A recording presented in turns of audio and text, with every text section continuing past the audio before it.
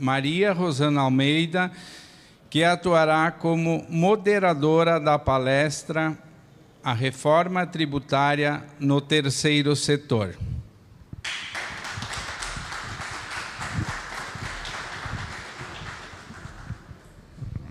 Muito obrigada. Boa tarde a todos e a todas. Daremos início, então, ao evento do terceiro setor e do voluntariado, com a realização da palestra A Reforma Tributária no Terceiro Setor. Para a realização da palestra, contaremos com a presença do contador Marconi Ram de Souza, que já está comigo aqui no palco. Lembramos a todos que as perguntas para o palestrante deverão ser feitas para o número de WhatsApp que está destacado no telão. O número é o 5199-152-2396. Essas perguntas serão respondidas por nosso palestrante ao final da palestra.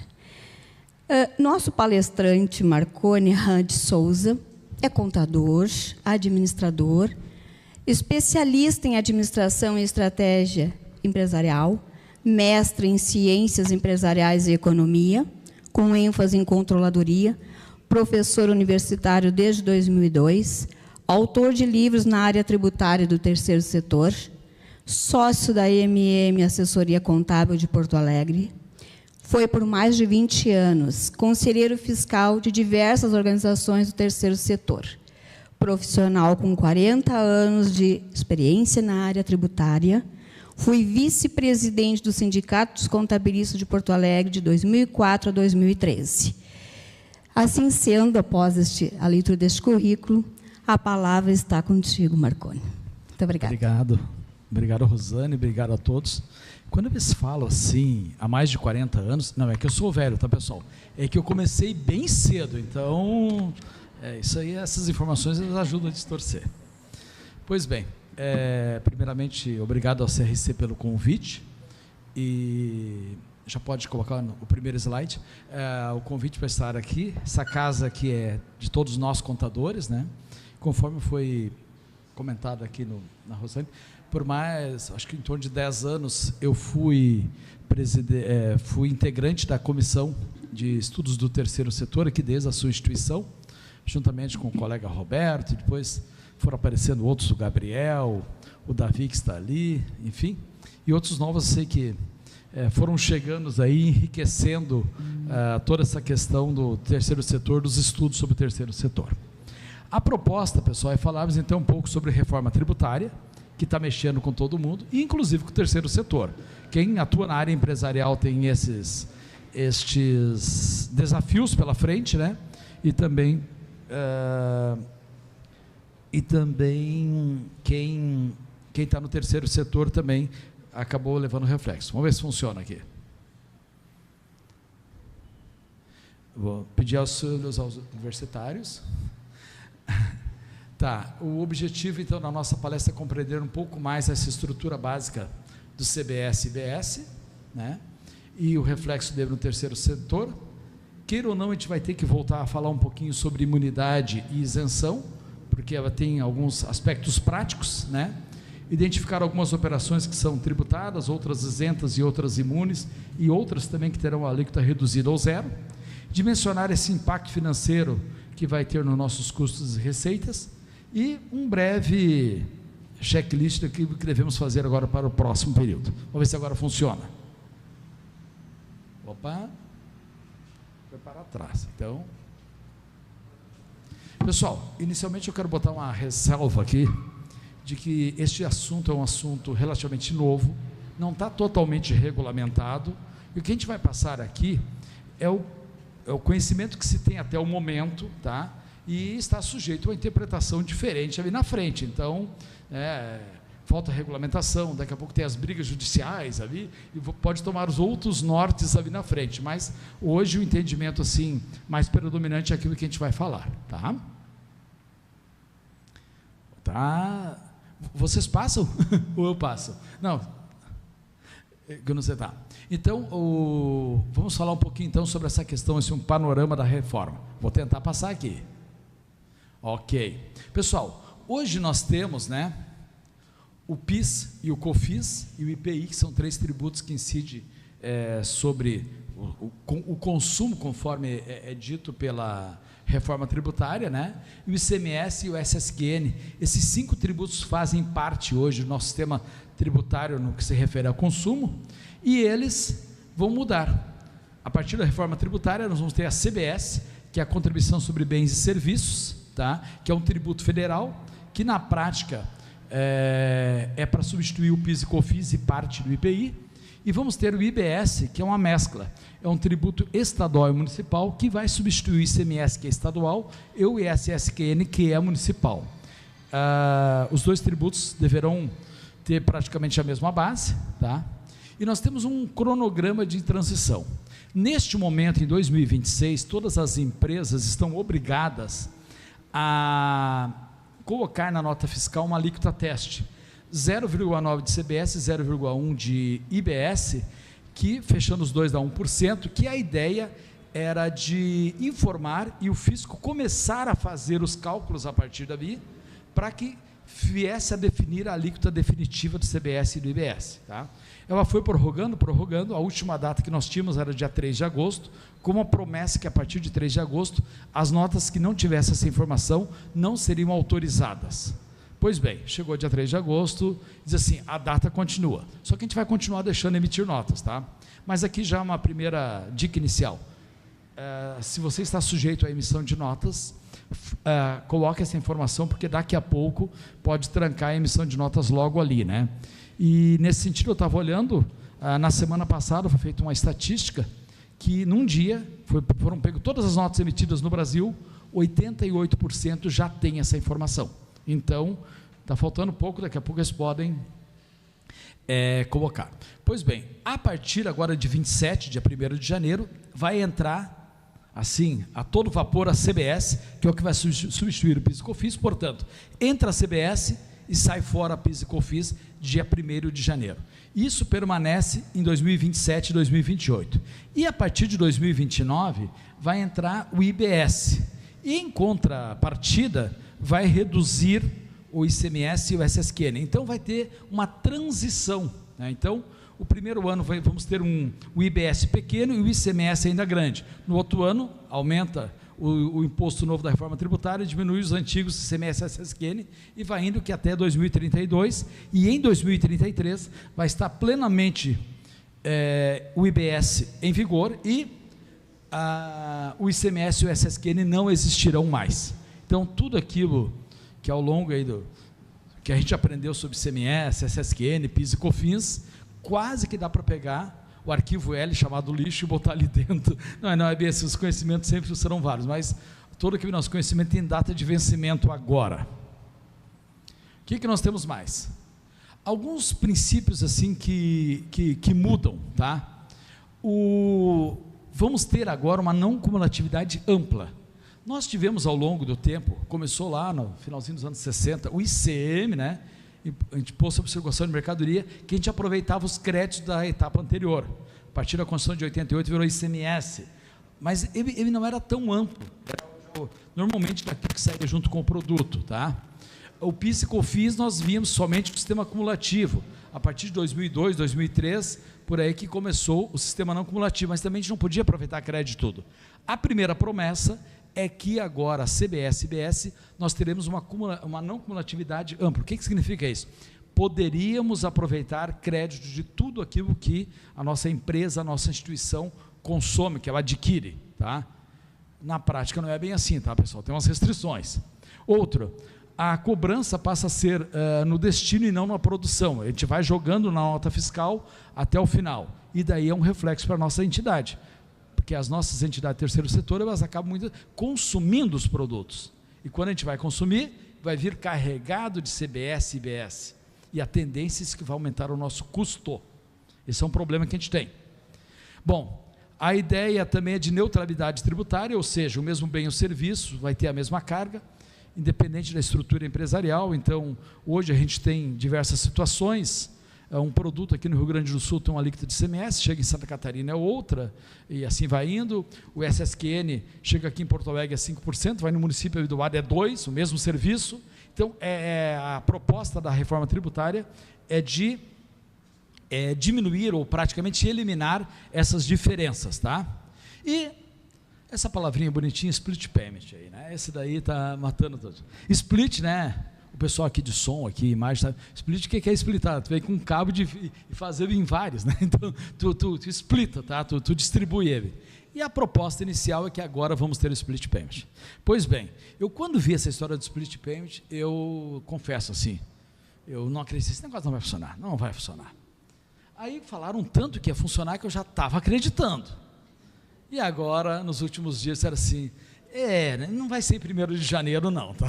Vai ser mais para frente, então, sine die, tá? Então, sem data para entrar em vigor o split payment, tá? Mas vai chegar aí uma hora que vai ter split payment, provavelmente. O que nós temos mais? E como é que fica o terceiro setor neste novo sistema, né? E aí, como falei, temos muitas questões de isenções, imunidades, que a gente tem que ficar mais claro. Pois bem, tá? Para fins de terceiro setor, aqui, como que é os principais grupos de instituições, né? Temos as entidades religiosas, que até um pouco tempo atrás chamava-se na Constituição apenas templos de qualquer culto, e agora foi ampliado para as demais organizações religiosas, também entra nessa imunidade, que é a imunidade mais ampla que a gente tem quando pensa no terceiro setor. Tem as organizações assistenciais e beneficentes vinculadas às entidades religiosas, né, que tem uma proximidade muito grande com a entidade religiosa em termos de benefícios tributários, as instituições de educação sem fins lucrativos, as instituições de assistência social sem fins lucrativos, os partidos políticos, instituições, fundações, entidades sindicais dos trabalhadores, que tem imunidade, a entidade sindical patronal não tem imunidade, tem a isenção, se for o caso, as instituições científicas, tecnológica, inovação, ICT, né, sem finalidade lucrativa, e também temos os fundos patrimoniais, as entidades de previdência complementar fechada e entidades de autogestão de plano de saúde que não têm fins lucrativos, aquelas de um grupo fechado, são eu. Os próprios colaboradores de uma grande empresa têm um plano de saúde próprio daquela empresa, também é considerado um terceiro setor para esses fins. Pois bem, mais ou menos nessa ordem, as entidades religiosas, ou seja, os templos, elas são imunes, tá? Então, imune é diferente de isento, né? Imune é mais amplo. Eu costumo dizer, por favor, esqueçam o lado político recente, tá? Imunidade é que nem vacina, né? Então, no momento que você recebe uma vacina, a rigor, você está imune contra aquela doença, tá? Então, as entidades imunes, elas estão imunes a impostos.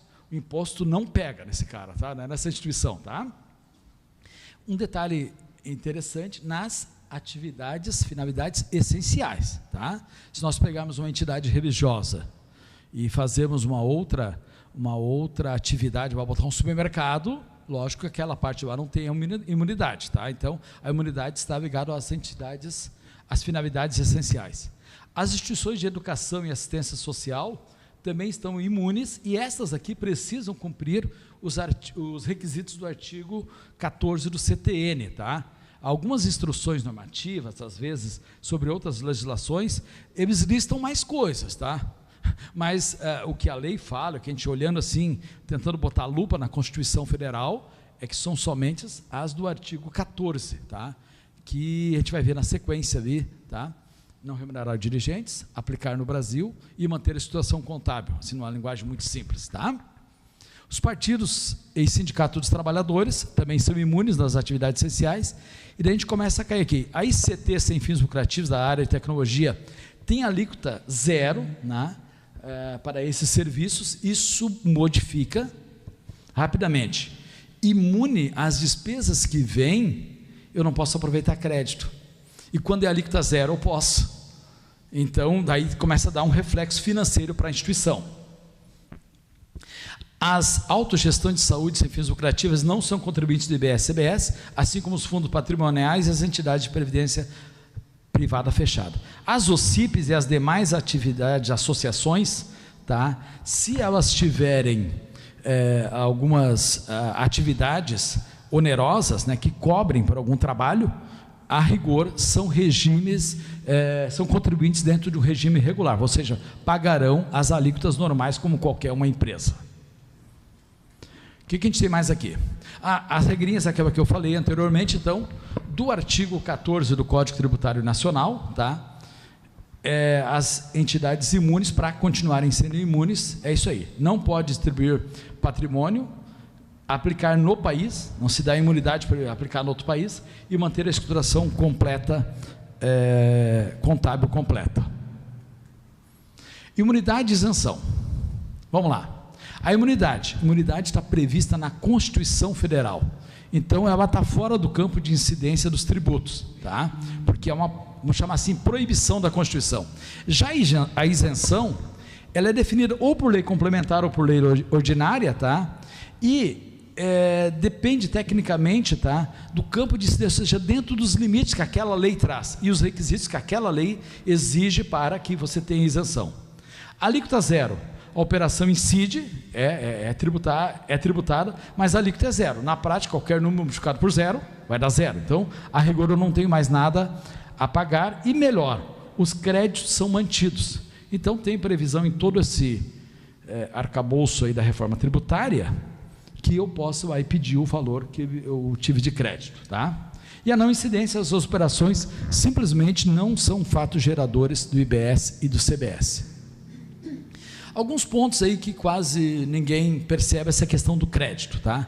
Porque a ideia é que os produtos e serviços que serão, a partir agora da forma tributária, o valor do IBS e do CBS serão acrescidos à nota fiscal. Numa linguagem, um exemplo muito simples, tá? Eu vou comprar um produto por R$100 mais CBS e IBS, e eu vou pagar, pela última estimativa, R$ 127,91. Tá, então, eu acresço 27,91, que são as alíquotas previstas, e eu vou pagar 127,91. Aquele 27,91, somando esse CBS e IBS, a rigor, qualquer empresa que vai vender o produto, ela se credita desse tributo. Mas as instituições imunes, tá, quando elas tiver uma receita, a rigor, ela não tem débito, e o crédito da compra, da aquisição, da tomada de serviços, ela é anulada. E daí vem um problema, já entrando na nossa área contábil. Qual é o efeito que tem? O imposto, esse 27,91, nesse exemplo, vai virar custo para a entidade. Tá? Ponto 2, temos a isenção. A isenção também é muito similar. Ela não gera débito na saída e o crédito também é anulado e o imposto também vira custo. Já as operações sujeitas à alíquota zero, ela não gera, porque é zero, não vai gerar na prática um débito na venda, mas é mantido o crédito, tá? É mantido o crédito. Com isso, não tem esse efeito cascata, o tributo realmente se anula, aquele abre aspas, custo do tributo. E nas operações normais, tá? Vai ter geração de débito na venda ou na prestação de serviços, e eu aproveito o crédito na compra, né, e vou pagar uma situação, eu vou pagar apenas a diferença quando for o caso, tá? Artigo 52 do regulamento do IBS, então diz que a imunidade e a isenção acarretam a anulação dos créditos das operações anteriores. Anula esse crédito aqui, e isso é um dos reflexos maiores, mais práticos que teremos para as instituições do terceiro setor. Numa linguagem muito simples, a tendência muito forte é que aumentará os nossos custos, as nossas despesas. Este é o grande problema que está se desenhando por enquanto. Bom, outra pegadinha aí do regulamento, tá? As imunidades das entidades previstas no inciso 1º ao 3º não se aplica às suas aquisições de bens materiais e imateriais, inclusive direitos e serviços. Ou seja,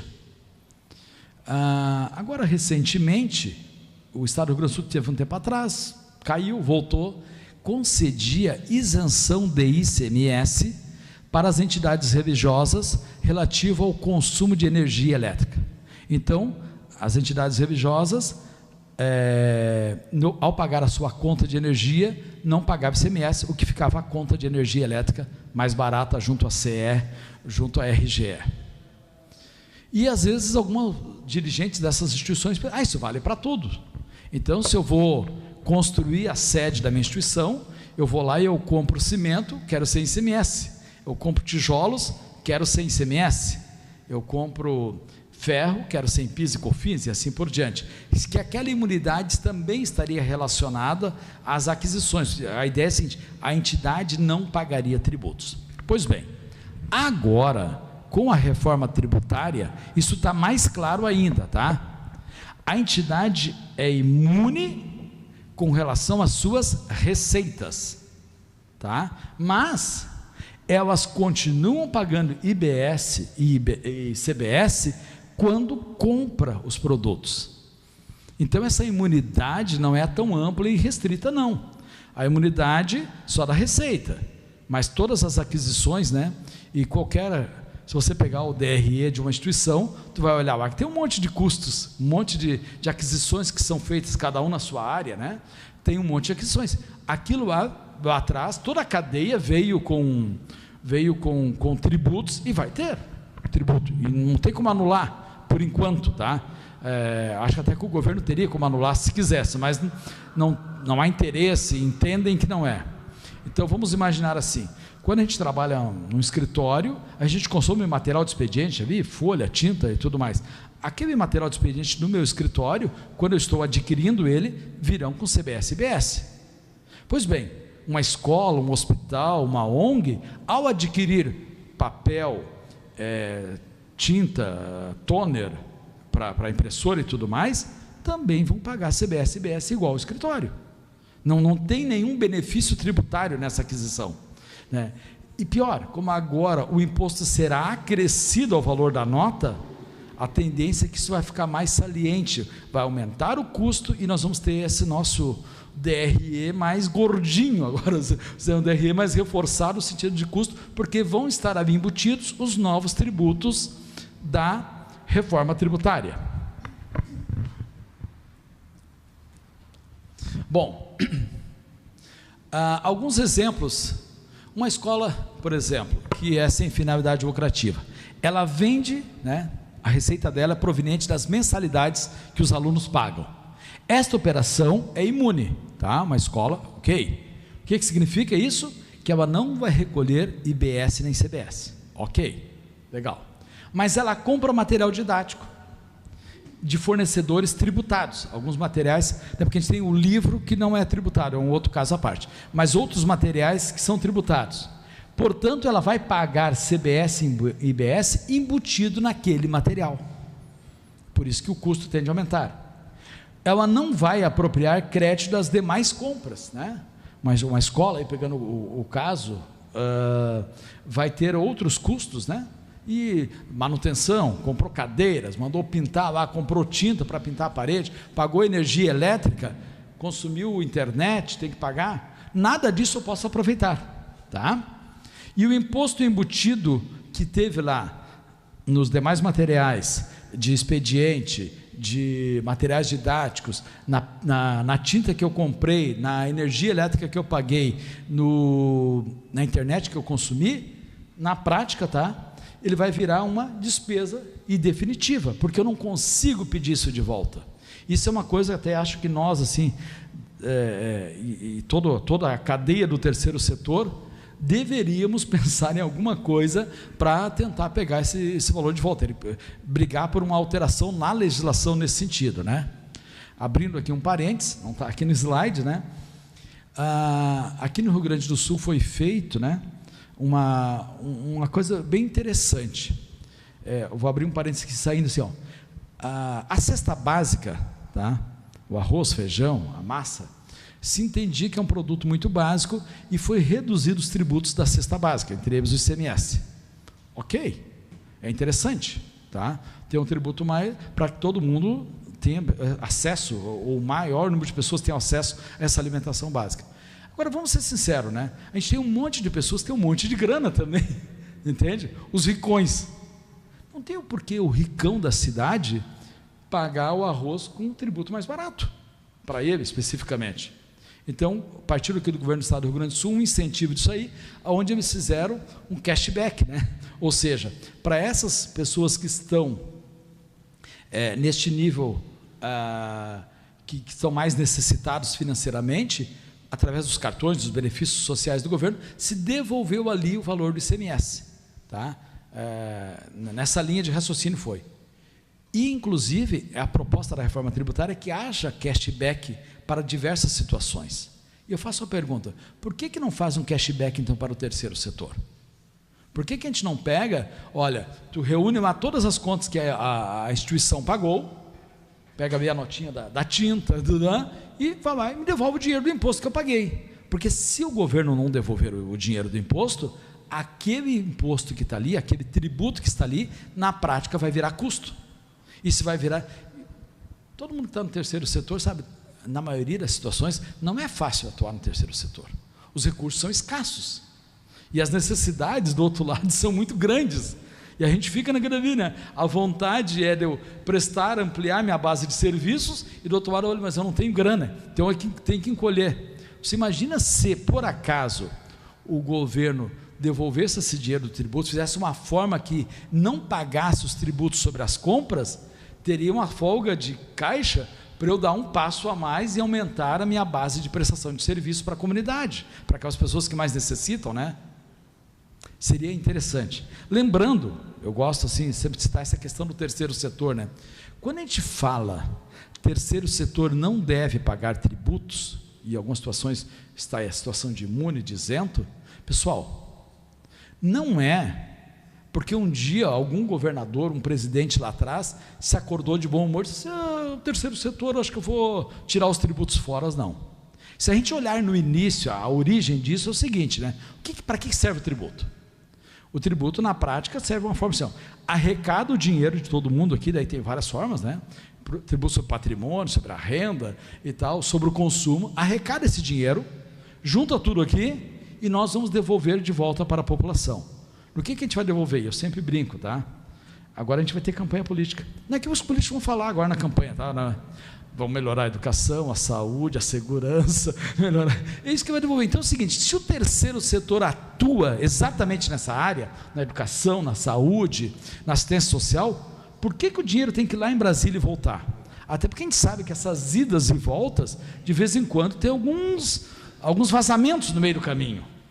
Então assim, deixa o dinheiro com o terceiro setor, que daí já presta o serviço direto.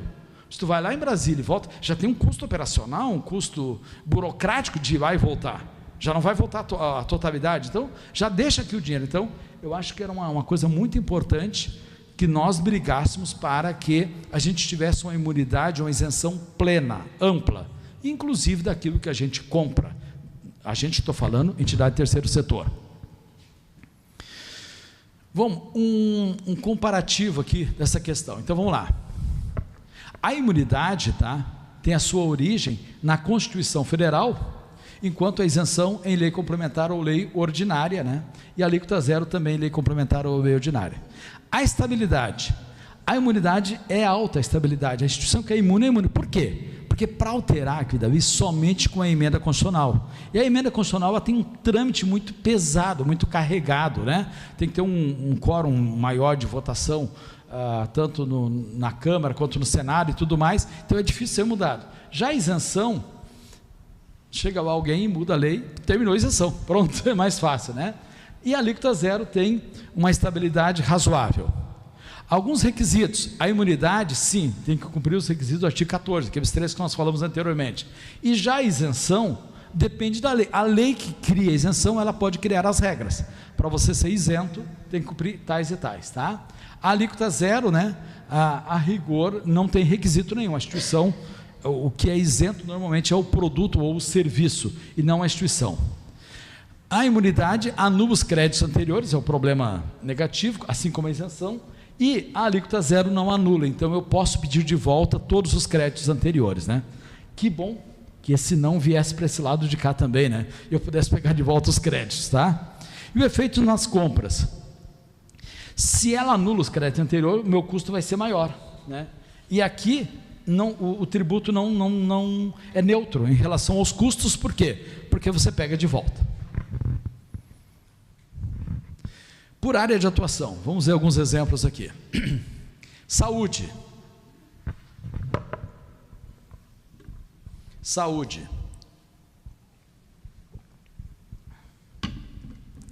Serviço de saúde é entidade imune com SEBAS. A tributação, na realidade, ela é imune, tá? e sem débito, mais anula o crédito, conforme a gente já falou. Serviço de saúde por outra instituição que não é imune, tá? Neste caso, está previsto que os serviços de saúde, como regra, terão uma redução de 60%. Ou seja, um detalhe interessante na reforma tributária, que anteriormente, pensando no ICMS, IPI, nós tínhamos diversas alíquotas. E a ideia é que a gente vai ter uma única alíquota, tá? Inicialmente falava em 26,5%, depois começou as fofocas, chegou a 27, 28, 29, 30, 31, 32, e eu estava apostando assim em 28. Pois agora, semana passada, 10 dias atrás, o comitê gestor publicou, está oficial agora, uma estimativa, 27,91. Eu até brinquei lá no meu escritório. Pô, falei 28, 27,91, deu menos 0,1, até que eu estou ficando bom até nessa minha estimativa. Então vamos lá. 27,91, eu reduzo 60%. Agora aqui o Tico Teco não consegue fazer esses cálculos tão facilmente. Vou pagar alguma coisa aí perto de 10, 11%, alguma coisa assim. Vou pagar apenas 40% da alíquota, tá? Então a alíquota do serviço de saúde por instituição não imune vai ser da alíquota efetiva publicada reduzida em 60%, tá? E não reduzida, mas o débito, né, vai pagar. Os planos de saúde por autogestão sem fins lucrativos, eles não são contribuintes, então está fora do CBS e IBS. E os planos de saúde comerciais aí, é um regime específico, tá? Não vai entrar nessa questão dessa alíquota fixa, tá?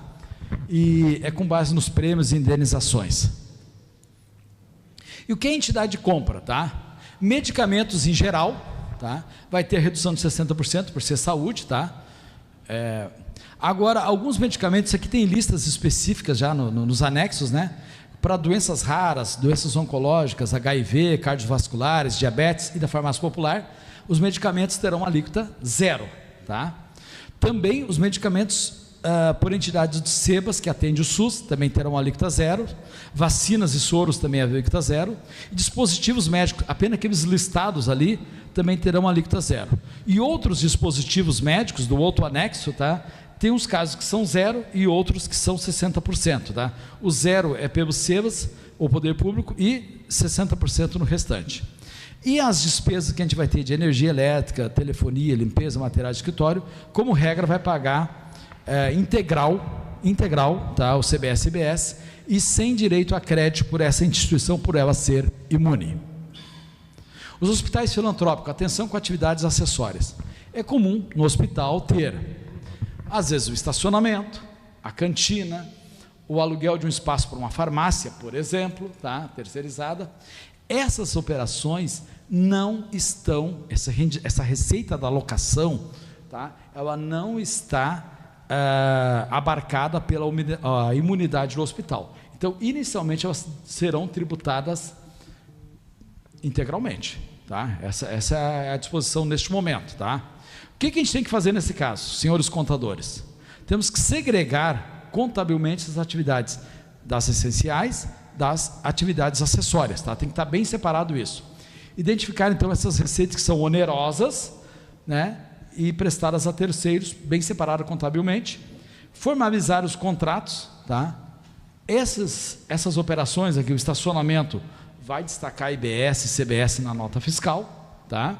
E revisar os preços dos serviços não abrangidos pela imunidade, né? Se antes cobrava X reais de estacionamento e agora vai ter que pagar CBS e IBS, então provavelmente o meu custo vai ter que aumentar um pouquinho.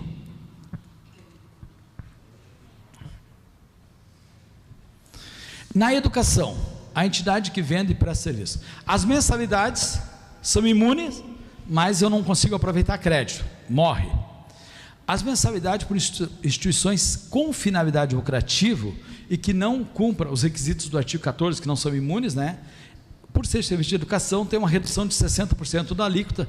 Não fiz o cálculo aqui, mas deve dar, se pegarmos 27%, 28%, diminuindo 60% disso, ficará próximo aí de 10%, 11%, tá?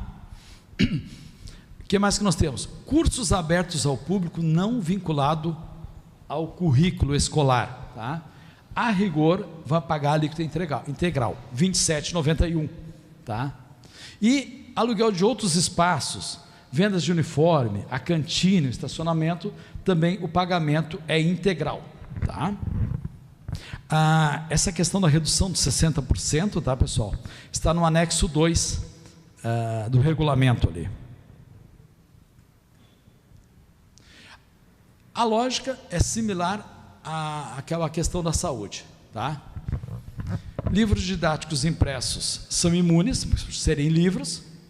Alimentos da merenda escolar têm a redução de 60%, né? E alguns hortícolas, frutas e ovos vêm para a alíquota zero. Os produtos de higiene e limpeza e da cesta básica, a redução é de 60%.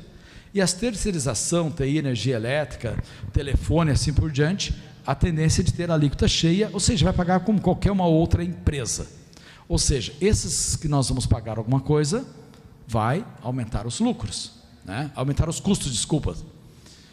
Assistência social. O abrigo, alimentação, atendimento psicossocial é imune, mas eu perco o pagamento dos tributos vindo até ali. Os outros serviços por uma OCIP, tá? Com contraprestação onerosa, é normal ou 60%, depende do tipo de serviço, né? As doações e contribuições recebidas, que não haja contraprestação, é uma mensalidade, eu vou lá e pago e não tenho uma contraprestação direta, né? Vamos lá, quando eu pago uma mensalidade de uma escola, eu tenho a contraprestação direta, né? Eu pago, em troca a escola me dá a educação do meu filho, a minha educação. Quando não há essa contraprestação direta, com certeza não há incidência, né, do CBS e IBS. E os bazares beneficentes, bom, pessoal, quase todas as entidades costumam fazer, principalmente, isso aqui nós estamos numa zona cinzenta e não temos uma posição assim definida para colocar, tá? Tem que analisar caso a caso, nesse caso dos bazares, tá? Serviços prestados em outras áreas, alguns casos. Uma ONG ambiental que presta consultoria para uma empresa privada. A operação é onerosa e economicamente típica. Portanto, fora da imunidade. O que vai acontecer? Tributação plena. Uma fundação hospitalar que aluga um espaço para uma farmácia terceirizada. Aluguel de bem imóvel, tributado no regime específico de imóveis, que é aquele que tem uma redução lá, se eu estou certo, de 70%. A alíquota do CBS e IBS no caso de locações, mas tem que ser tributado. Uma instituição de ensino que faz pesquisa contratada por uma empresa, aí tem que analisar, se der para enquadrar no ICT na área de tecnologia, fica a alíquota zero, se cumprir os requisitos para ser. Se for em outras áreas, a rigor a tributação é normal. E a associação profissional que cobra a anuidade dos filiados, tá? Essa anuidade obrigatória por lei, como regra, não é fato gerador, tá? Agora, se eu tiver uma contribuição facultativa, o serviço pode ser cobrado. Isso é eu, né? Eu sou sócio lá de um clube e para eu usar o salão, eu tenho que pagar um valor de uma taxa, tá? Então, aí ela tem uma contraprestação. Eu pago o aluguel, em troca eu vou lá e uso o salão social. Aí é uma contraprestação, a rigor será tributado, tá? A regrinha, tá, pessoal? Se há contraprestação e não está vinculada à finalidade essencial que está previsto no estatuto, tá? A tendência é que será considerado tributável. Da alíquota zero, o que a gente pode falar? Serviço de pesquisa e desenvolvimento, tá? Por entidade sem fins lucrativos, os medicamentos dessas listas específicas que abranjam doenças raras, a questão do câncer, AIDS, diabetes, cardiovasculares, esses medicamentos também estão com a alíquota zero. Vacinas, soros, produtos hortícolas, frutas e ovos, principalmente os hospitais, né, tem um consumo alto disso aqui. Dispositivos médicos de acessibilidade e desacessibilidade, né, e produtos de saúde menstrual também, que acho que foi uma certa novidade, que entrou aí, toda ligado à saúde menstrual, também tem a alíquota zero, além daqueles tradicionais que estão na nossa Constituição, os livros, jornais e periódicos. Impacto nos custos. Pois bem, olha só, pessoal, a alíquota, conforme eu falei que foi publicada agora pelo comitê gestor, é de 27,91, tá? Lembro que não é para a gente ficar apavorado agora, porque aqui a alíquota somando CBS e IBS. Agora em 27 e 28 nós teremos apenas a CBS, que é 9,21, me parece, tá? A expectativa, tá? E vai entrar pleno 27,91 só em 2033. Dá tempo da gente arrumar aqui agora antes da forca, sabe? IBS e CBS está embutido em todo o custo pago a fornecedor tributário. Então, tudo que eu comprar, a minha instituição vai ter o CBS e IBS embutido. A entidade imune não recolhe o imposto na venda, na receita, mas ela paga quando compra. Sem direito a crédito, o imposto vira despesa definitiva. Esse que é o problema. E a base da tributação aumenta. Serviços que só sofriam SSQN baixo agora entregam a base alheia. O que acontece, pessoal? Quando nós tomávamos um serviço, nós tínhamos, bem assim, rapidamente, no sistema não cumulativo, PIS e COFINS 365, e o SSQN que variava de 2 a 5, botar o máximo 5, 3 mais 5, 8%, ok, era o máximo que eu pagava de tributos. Agora, 27,91, de 8 para 27,91, derruba, né, pessoal? Nem calculei aqui, né, mas dá no mínimo triplo, no mínimo triplo, tá? Então, esse é um problema, tá? E tem alguns serviços, por exemplo, locação, quer de bens móveis, de equipamentos para a nossa instituição, ou quer de automóveis, não era considerado serviços, não pagava ISSQN, porque não tinha serviço, aquela questão da obrigação de dar, né, e tal, não tinha ISSQN. Agora, claro, vai ter alíquota reduzida, mas só a partir de 27,91 vai pagar lá 8%, 9%, alguma coisa assim, o que não tinha SSQN então. Então passou a ter SSQN, passou a ter, desculpa, CBS e IBS. Então o aumento da carga tributária nos parece assim muito latente nas instituições da terceiro setor. Continuam imunes, isentas, sim, mas com tributos embutidos aí. Aqui a gente fez uma simulação apenas didática, esses números aqui são meramente exemplificativos, tá? Uma instituição nossa, ela vai contratar o serviço de vigilância e limpeza. O valor aqui é apenas exemplificativo, R$15 mil, tem 27,91 de CBS e IBS. Logo, eu vou ter um tributo embutido de R$4.186. Utilidades, energia elétrica, água e assim, R$8 mil, aplico a alíquota, 2.232 de tributos. Softwares, assinatura, R$4 mil, um número mais 1.000 e pouco de tributos. Material didático, né, tem uma parte que é tributável, tá, com a redução de 60%, 669. Alimentos de merenda, mistos, também com a redução, vem para 1.164. E a manutenção, né, a alíquota cheia, 12 mil, 3.359. Então, veja só, uma instituição que essa estrutura de despesas tem um valor mensal de R$55 mil, tá? Vai ter um tributo embutido de 12. Como é que é? Acrescido ao valor, não, ou seja, 55 mais 12 vai virar 67. Bem conta simplista, sim, são mais de 20% na prática. E é uma estrutura, pessoal, qualquer instituição tem isso daqui. Qualquer instituição compra aquilo dali, tem custos naquela área ali, ó. Isso tudo vai aumentar esse custo agora, tá? Vai aumentar. Esse é um problema que a gente está enfrentando, tá? Por isso eu estou reforçando, voltando aqui seguidamente esse tema, porque eu acho que sim, como as instituições do terceiro setor, vamos ter que trabalhar para tentar ver esse dinheiro de volta.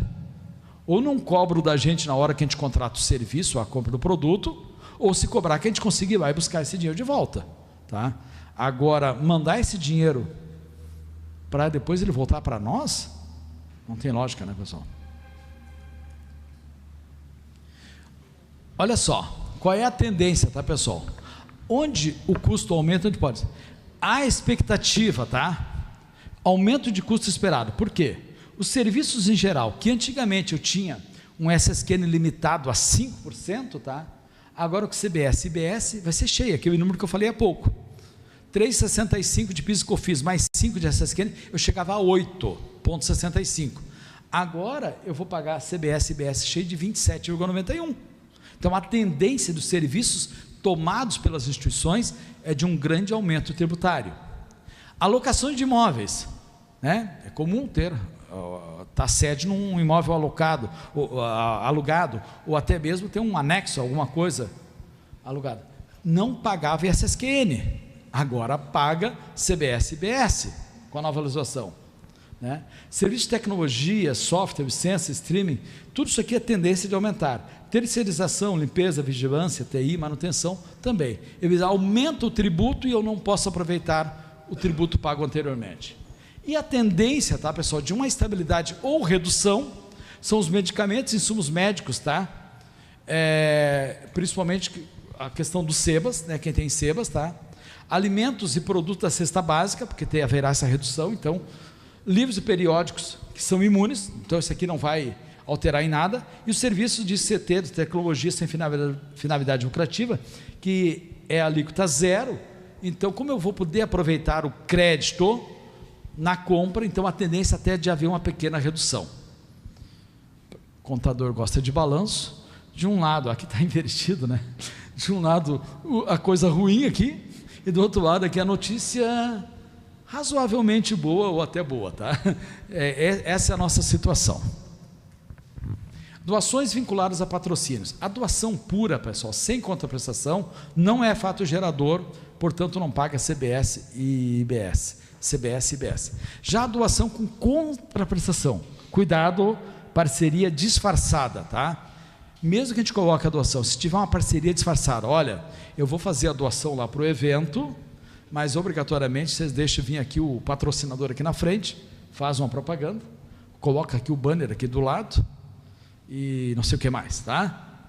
Essa parceria disfarçada pode o fisco reclassificar e considerar como uma operação onerosa e, portanto, sujeito, tá, ao pagamento do CBS e do IBS, tá? Qual é a nossa sugestão? Documenta bem essa relação, se é doação, se é patrocínio, se é uma contraprestação, tá? E deixar isso bem claro em documento, tá? Para que não seja reclassificado essa doação aí. Aspectos práticos, riscos e obrigações.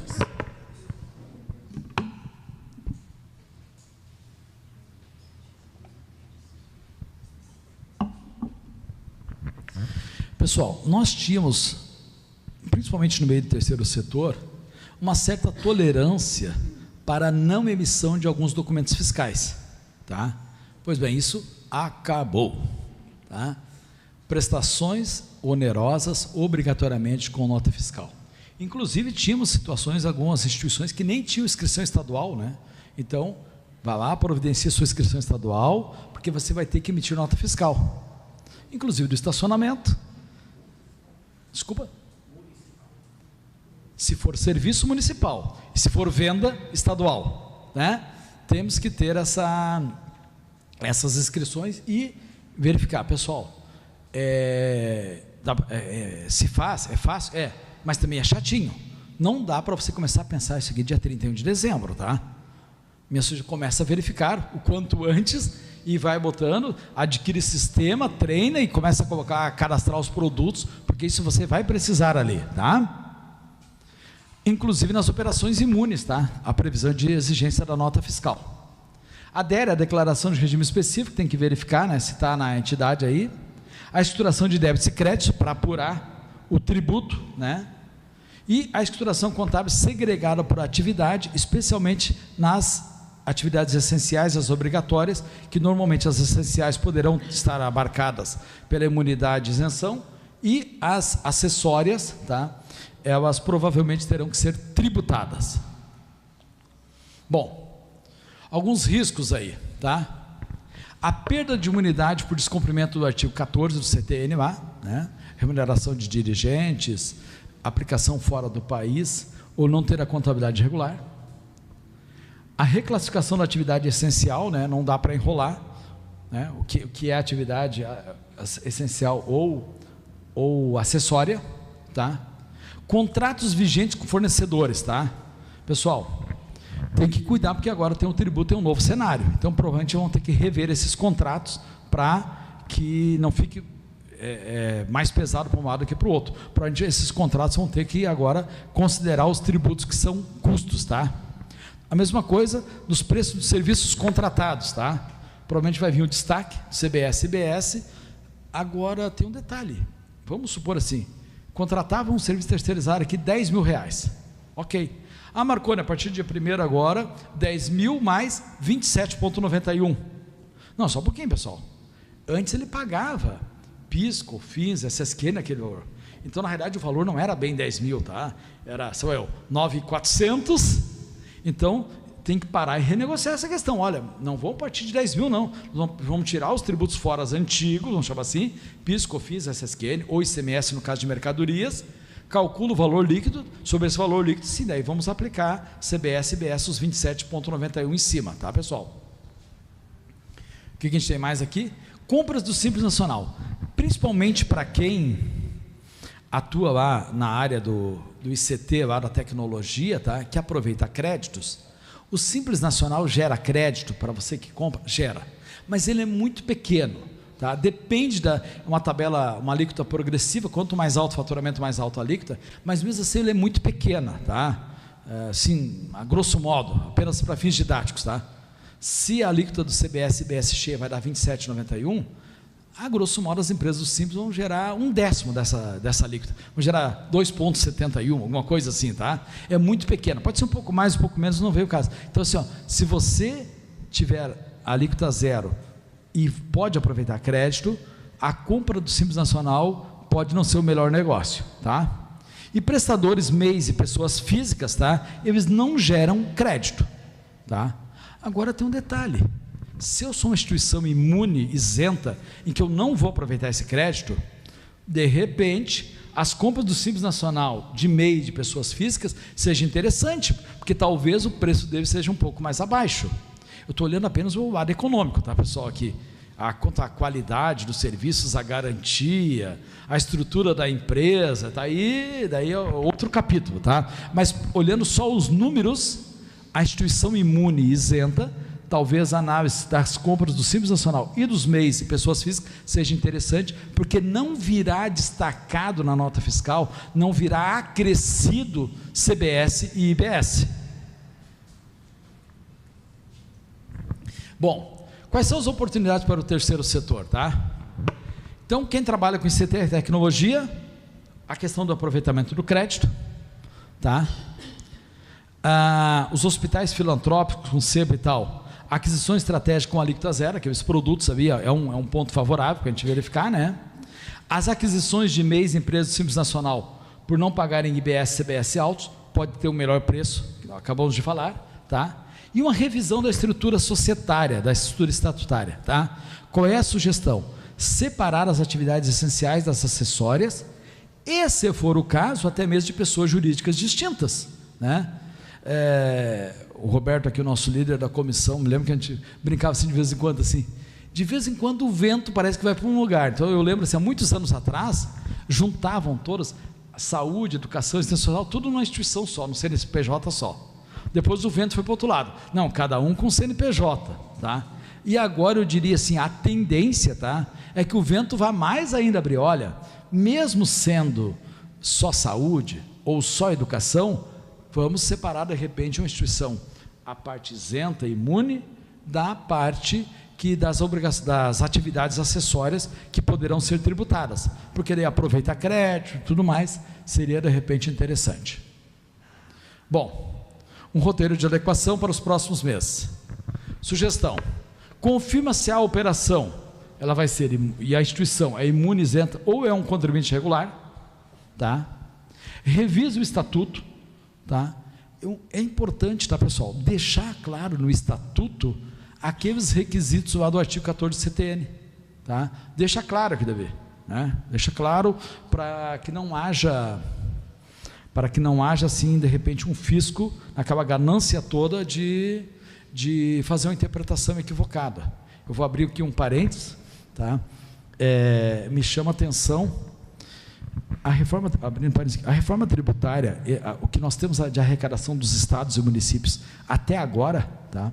Até o final do ano, ele está sendo composto uma média, e essa média da fatia do IBS, tá? Ela vai significar para os próximos 50 anos. Tá? O que significa isso? Se a Prefeitura de Porto Alegre arrecadar um monte agora, ela vai ter a fatia um pouquinho mais gordinha para os próximos 50 anos. A mesma coisa o Estado. O que a prefeitura e os estados estão fazendo? Quase todos. Eles estão fazendo uma ganância tributária para arrecadar o máximo. Então, está saindo toda hora, prefeituras, estados, fazendo até parcelamentos, os famosos refis da vida para arrecadar o máximo, para ter uma fatia um pouquinho mais gorda. Só que às vezes me parece, tá? Às vezes me parece assim, que essa ganância, ela extrapola os limites, uma coisa racional. Eu tive uma instituição lá que eu fiquei muito chateado com o que aconteceu assim. Ela foi fiscalizada pela prefeitura de Porto Alegre. Instituição séria, direitinho e tal. Aí, olha, eles pegaram um monte de coisa, mas assim, uma das que me doeu foi o seguinte: um pouco antes, tá, a Receita Federal tinha apreendido uns iPhones. E pegou, reconheceu a instituição, falou, aí deu dois iPhones novinhos. E a instituição, tudo certinho. Registramos o recebimento da doação da Receita Federal, conforme manda a legislação, botamos o valor, que não é tão barato o iPhone, botamos o valor e tal. Veio a enchente aqui, que assolou, e a instituição estava na região da enchente. Eles pegaram, tinha um ponto de atendimento lá nas ilhas, tá? Pegaram os 2 iPhones e mandaram lá para que a pessoa que estava na ilha, lá para atender no ponto de atendimento tal e tal. E tudo bem. E veio a enchente e levou, inclusive, boa parte da documentação da instituição que estava, foi uma zona que foi atingida pela enchente. E devia a fiscalização. E daí uma das coisas que eles queriam foi tirar a isenção. E uma das coisas, sabe o que eles disseram, pessoal? Que era incompatível aquele valor de 2 telefones celular para colocar numa ilha em Porto Alegre. Quem são os caras para dizer o que é compatível? Desculpa, acho que nunca fizeram uma obra social, nunca fizeram uma ação social. Mas depois dizer assim, olha, isso que vocês fizeram está exagerado. Não podia ter mandado tem que mandar 2 telefones velhinhos, quebrados lá, valendo só 500 pila, daí tudo bem. Então assim, havia um certo desvirtuamento da finalidade. De repente ele não tinha iPhone, né? Deixa para lá. Não, mas eu só estou citando assim, ó, que o que eu estou observando, tá? Que a ganância tributária é muito grande. Esse foi um aspecto, tinha outros, assim, outras barbaridades. Mas então assim, ó, nessa ganância tributária toda, tá? Daqui a pouco ele vai incomodar por causa disso aqui. Tá? Olha, não sei se a tua instituição não manda dinheiro para o exterior. Não sei. Então, de repente, coloca lá no estatuto. Tá? Renovar, obter as certificações do SEBA, se for o caso de atividade pública estadual, municipal. Mapear todas as receitas, separando imune, isento, alíquota zero, ou reduzida, ou cheia, né? Os custos, estimar o imposto embutido. Isso nós temos que fazer ainda este ano, tá, pessoal? Revisar contratos com fornecedores e prestadores. Treinar a equipe contábil e fiscal. Aqui eu quero botar uma informação, um acréscimo aqui. Pessoal, hoje, nas empresas em geral, se emite a nota fiscal, a parte contábil lança e gera ali obrigações acessórias. E o recolhimento dos tributos, ele é muito embasado nas obrigações acessórias. Os SPEDs da vida, o Ronei está me vendo lá no fundo, bem quietinho, ó. Os SPEDs, tá muito gerado a partir dali. Agora, com a reforma tributária, a tendência é que vai diminuir esse poder das obrigações acessórias e cresce a apuração dos tributos pela emissão da nota fiscal. Então, a emissão da nota fiscal tem que estar muito correta. Então, invista em pessoas, tá? Treine, se for necessário, contrate. Equipamento, bons. Acesso à internet, bom, tá? E assim por diante. Invista, porque se a nota fiscal sair errada, a tendência é que a gente não vai conseguir corrigir isso tão facilmente ali na frente, tá? Configurar os sistemas, né?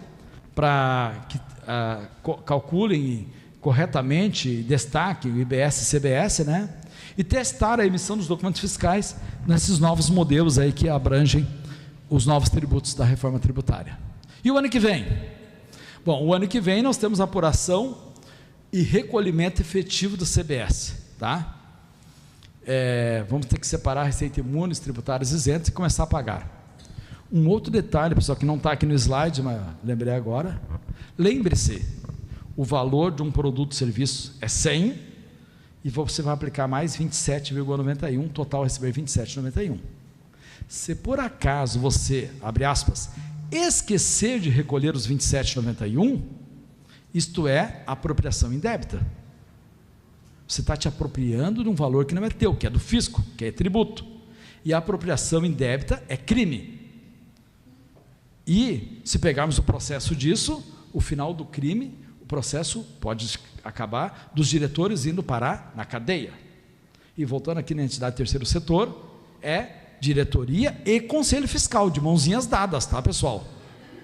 O conselheiro fiscal ele tem a mesma responsabilidade da diretoria, então vocês vão de mãozinha dada para lá. Então assim, ó, cuidado, não dá para brincar. Acompanhar a apuração assistida da Receita Federal. A Receita Federal está dizendo que vai fazer uma apuração assistida. Uma linguagem muito simples. Quem está fazendo negócio de imposto de pessoa física, tu vai lá e pega a pré-preenchida da declaração. Então vai vir uma pré-preenchida com o cálculo do teu CBS e IBS, tá? Quanto vai dar certo, não sei, tá, pessoal? As declarações pré-preenchidas estão aqui há 4, 5 anos e está melhorando, mas não está bom ainda, né? Monitorar as decisões do comitê gestor, tá? E revisar os contratos, inclusive políticas de preço. Se vai subir os custos hospitalares, talvez tenha que subir o valor das diárias de internação, os procedimentos. Se vai subir os custos na área educacional, talvez eu tenha que repassar um pouco disso para a mensalidade, né? Mensagem para levar para casa aí.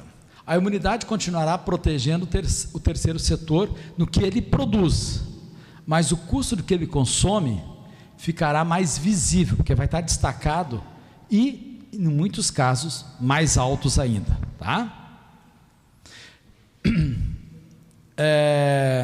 Vamos lá. Diagnóstico tributário completo agora em 2026. Levar esse tema para a alta direção, pessoal. Eu acho que eles têm que estar sabendo, tá? Porque depois assim, não sabia que tinha tudo isso de mudança, não sabia que ia refletir no meu custo, não sabia que tinha que aumentar, não sabia que tinha que emitir nota fiscal. A palavra não sabia é muito fácil, né? De se dizer, tá? E buscaram assessoria especializada, sempre porque é um mundo novo, tá?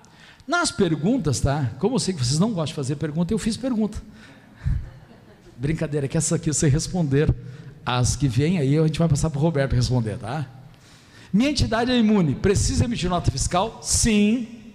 A imunidade dispensa o pagamento do tributo, mas não da obrigação acessória. Se a imunidade não vale para as compras, ela vale para o quê? Né? Então vamos lá. Ela deixa de recolher sobre as suas receitas próprias, né? Mas é uma proteção contra a tributação da receita própria, para não dar o custo. E a entidade tiver atividade mista, imune tributada, tem que segregar. Outra pergunta: as doações continuam sem tributação? Sim. As doações puras, aquelas que não exigem contraprestação, estão isentas da tributação, estão fora do campo de tributação. O SEBAS ainda vale a pena? Sim. Tá? E o que muda para o CIP? O CIP não é sinônimo de imunidade. A maioria será tributado pelo CBS e IBS como contribuinte regular, salvo quando enquadrado como educação, saúde e assistência social, sem finalidade lucrativas. E o nanoempreendedor, olha mais um nomezinho que criaram, né? Nanoempreendedor. Pessoal, o MEI é microempreendedor, é um pequeno empreendedor que hoje, aqui no Brasil a gente tem a cabeça de receita por mês, né? Salário mensal, 6.750, tá? A média mensal. O nanoempreendedor é a metade disso. É 3.000 e poucos reais por mês, tá? Esse nano e o MEI prestam serviço à entidade. Eles não são contribuintes, tá? Porque eles têm um recolhimento específico lá, tá? E, portanto, quem adquirir deles não vai ter crédito para aproveitar e com grandes chances que eles vão ter um preço mais em conta para nos oferecer o produto ou serviço, tá? Aquisições de empresas do Simples Nacional dão direito a crédito CBS e IBS? Sim, mas o valor é bem pequeno, conforme eu já falei. E o crédito perdido pode ser recuperado depois? Não. Aquele crédito que eu não consigo aproveitar, a minha entidade é imune, eu comprei uma lata de tinta e veio a IBS embutido. Morreu. Não consigo aproveitar em outro momento. Tá? Essa aqui é a base legal dos principais pontos que a gente conversou até aqui. Muito obrigado, e agora eu fico aberto às perguntas. Não sei se chegou alguma. Ou vocês aí, não sei. Acho que tem que levar o microfone, né, por causa do como é que é? Você? Do ao vivo?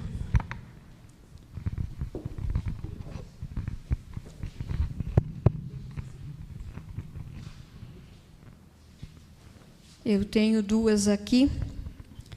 Da Eliane Marques, ela pergunta: como o estacionamento irá emitir as notas fiscais de serviço? E o condomínio também.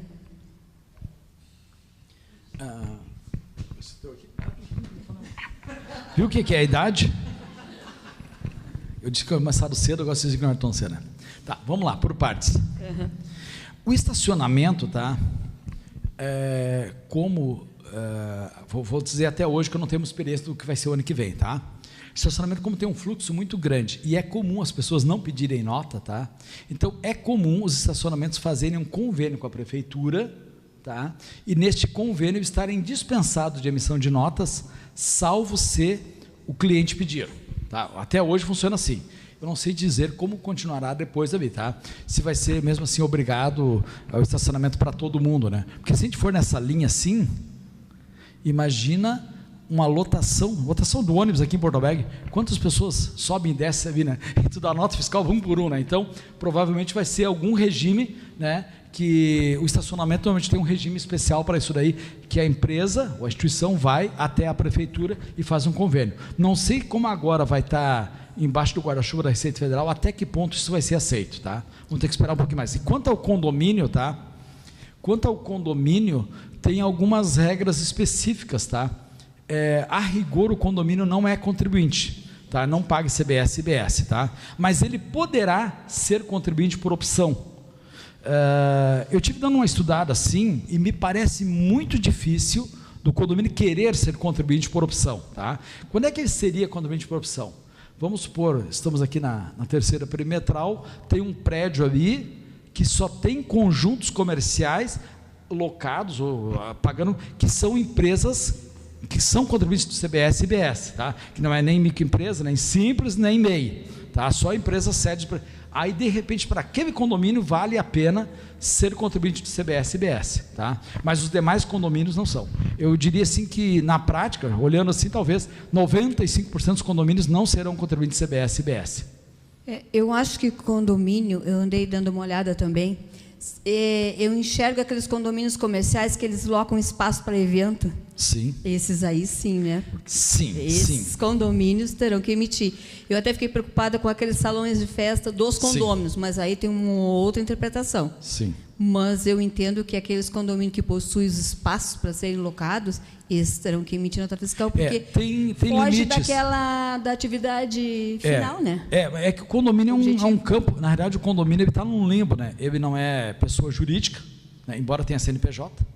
Embora que o CNPJ agora com a reforma tributária ele bagunçou tudo. Né? Eu sempre aprendi desde criança, CPF, cadastro pessoa física.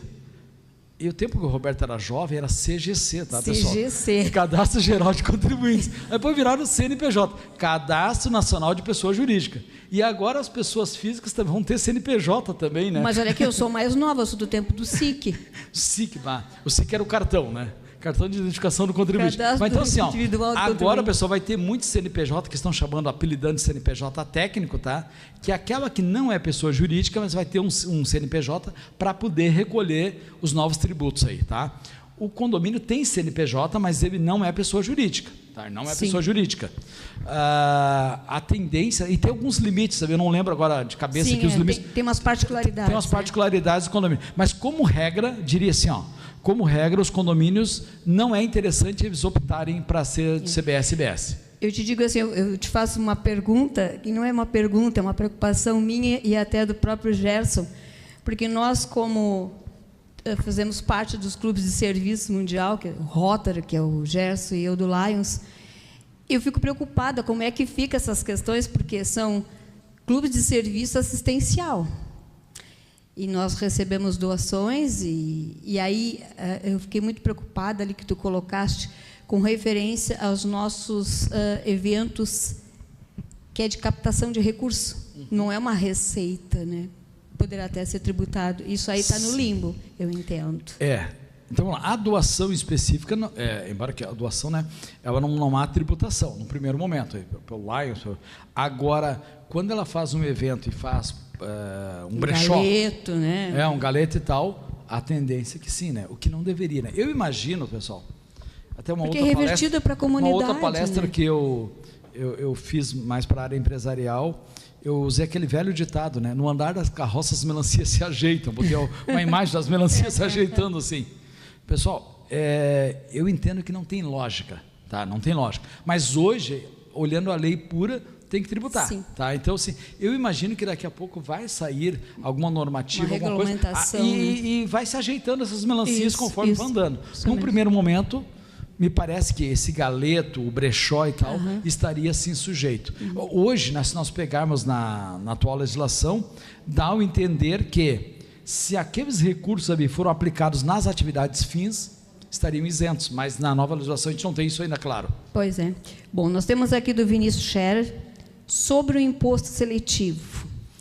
A organização religiosa que produz um tipo de bebida alcoólica e vende ao consumidor final, tributação normal? Ou há alguma lacuna para fugir da tributação pelo fato de ser OR, filantrópica, etc.? Agradeceu. Uma brincadeira, tá? O evento aqui. Brincadeira, tá? Imposto seletivo, o apelido é imposto do pecado, né? Então não combina imposto do pecado com entidade religiosa, né? Mas vamos deixar para lá. Tá, o que é o imposto seletivo? Tá? O imposto seletivo, ele foi instituído, tá, para aqueles produtos, aí vem, é sobre o produto, tá, que são prejudiciais à saúde ou ao meio ambiente. Então entra aí as bebidas alcoólicas, entra também as bebidas com muito açúcares, questão da diabetes e tal, isso. e no meio ambiente entra, por exemplo, os automóveis, a combustão que gera fumaça, tanto mais tal. Então, esses produtos, é o produto que não é a instituição, é o produto que tá? E aproveitando, tá, pessoal, o IPI não morreu, tá? Não morreu totalmente, por isso tinha um slide que falava parcial. Por que ele não morreu, tá? Porque nós estamos aqui no sul do Brasil, sul e sudeste, ele tem um certo nível de desenvolvimento que, infelizmente, norte e nordeste não tem. Tá? Então, para que houvesse esse desenvolvimento, que acelerasse esse desenvolvimento, foi constituída a Zona Franca de Manaus. E um dos itens da Zona Franca de Manaus era dar isenção para aqueles produtos produzidos lá, principalmente na área de tecnologia. Voltando aqui, o Ronei, quando jogava videogame, atrás ele virava videogame, estava escrito, produzir na Zona Franca de Manaus. Ligava na TV com os cabinhos, estava escrito, produzir na Zona Franca de Manaus. Por quê? Para produzir e desenvolver aquela região. E um dos atrativos para a indústria sair daqui do sul e sudeste e ir para lá, para Manaus, era a isenção dos tributos. Aí agora, não aplicar a reforma tributária, disse, não, só um pouquinho. Se sai fora o IPI, a gente perde essa concorrência, claro, essa vantagem na concorrência. Então, o que acontece? Os produtos que tem na Zona Franca de Manaus, vamos supor, estão fabricando televisor. Ok, lá na Zona Franca de Manaus é isento. Quer botar uma fábrica de televisor aqui em Porto Alegre? Aqui vai ser tributado. Então, sim, os produtos da Zona Franca de Manaus, produzidos fora da Zona Franca de Manaus, terão IPI. Então, para manter essa competitividade tributária ainda com a Zona Franca de Manaus. Então, o imposto seletivo, num primeiro momento, me parece que porque ele incide sobre o produto e não é sobre a entidade, sim, sim, ou sobre a empresa. Claro. A plateia Roberto, tem pergunta? Eu, plateia aqui. Marconi, primeiro o seguinte, obrigado por deixar a régua bem alta para eu e o Gabriel fazer a nossa fala depois na sequência, nos colocou no compromisso agora, né, Gabriel? Mas nós temos um bom número de entidades nos assistindo que atuam com uma denominação dada aqui em Porto Alegre, especificamente, que são as escolas parceirizadas com a prefeitura. Um bom número dessas escolas são filantrópicos, outros não filantrópicos, mas sem fins lucrativos, e outras até simplesmente sociedades que prestam o serviço para a prefeitura.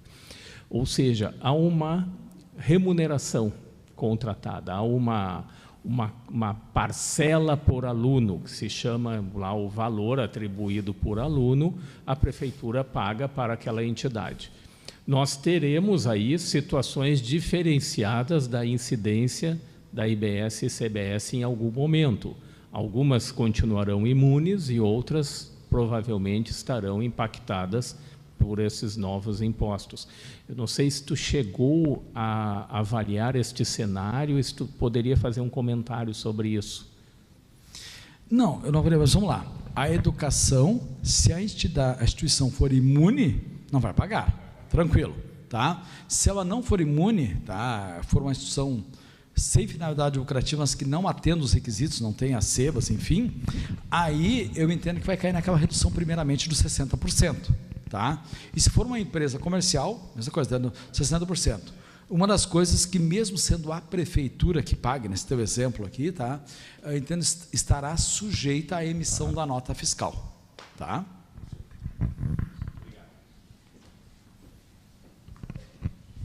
Isso aqui é que nem casamento, né? Eu falei agora, eu caio isso para sempre. Mais alguma pergunta? Aproveitar esse nosso mestre que está aqui. Pelo jeito, todos já... Ó, tem lá? Está chegando o microfone aí. Este é o momento da gente colocar conhecimento em dia. Tá, boa tarde, professor. Parabéns aí pela aula.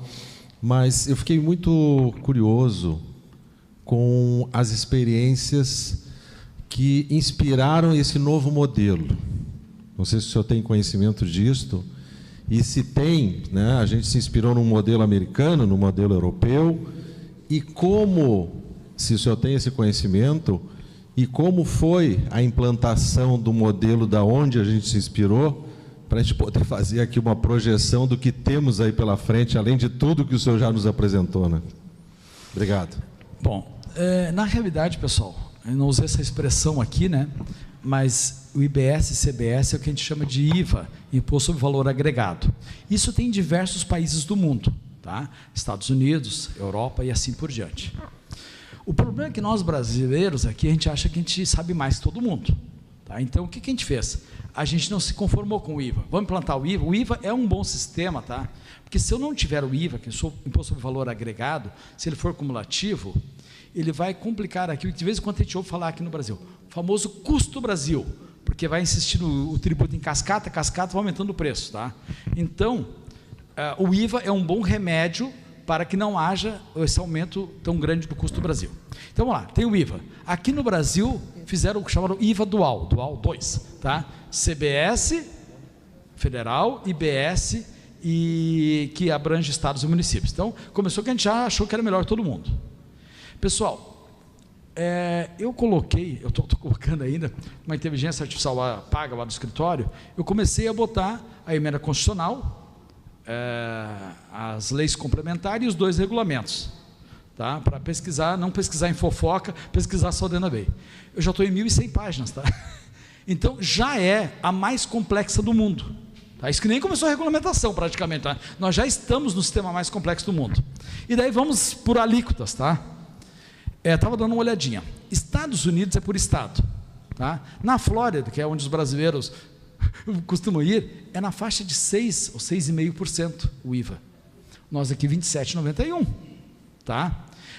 Em Portugal, tá? Em Portugal depende do produto. O produto bem básico é 6% e o mais alto é 21%. E a maioria é 13% no meio. Aí, veja só, o mais alto de Portugal é o produto supérfluo, que lá não tem o imposto do pecado, tá? É 21%. Nós aqui, arredondando, 28%. Itália e Espanha é 21% e 22%. Então, assim, ó, nós começamos já inspirado nos outros países, complicamos ao máximo criando IVA dual, tá?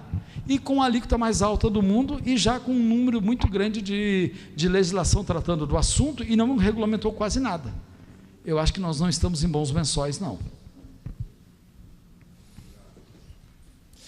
Muito bem, Marconi, uma excelente explanação, com certeza todos nós aqui que estamos apreciando, e nosso pessoal lá da TV CRCRS também prestigiou muito. E como uma forma de agradecimento, Marconi, nós queremos agradecer esse teu compartilhamento do conhecimento conosco, tenho certeza que a gente leva daqui na bagagem mais um conhecimento. Quero te passar as mãos certificado, então, e que o conselho confere à tua pessoa. Vamos fazer um registro ali.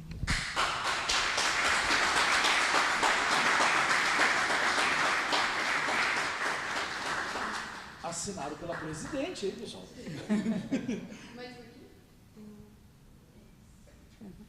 Isso aí. Também queremos aqui que tu saboreie este mimo Olha, aqui até com uma chancela do Rota, viu?